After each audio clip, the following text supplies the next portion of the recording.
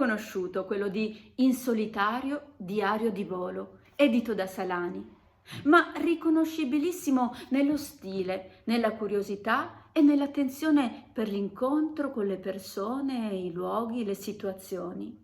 Un diario che racconta nella prima parte il viaggio di Roald Dahl in Africa come inviato della compagnia petrolifera Shell e nella seconda parte le sue avventure come pilota della RAF durante la Seconda Guerra Mondiale.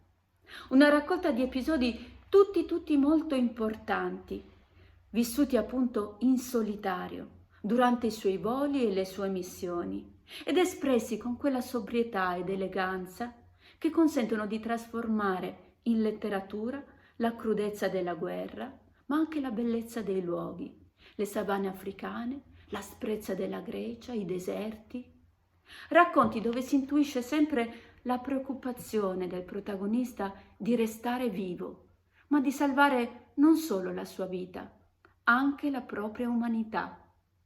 Buona lettura da Enrica Buccarella della Scuola del Fare.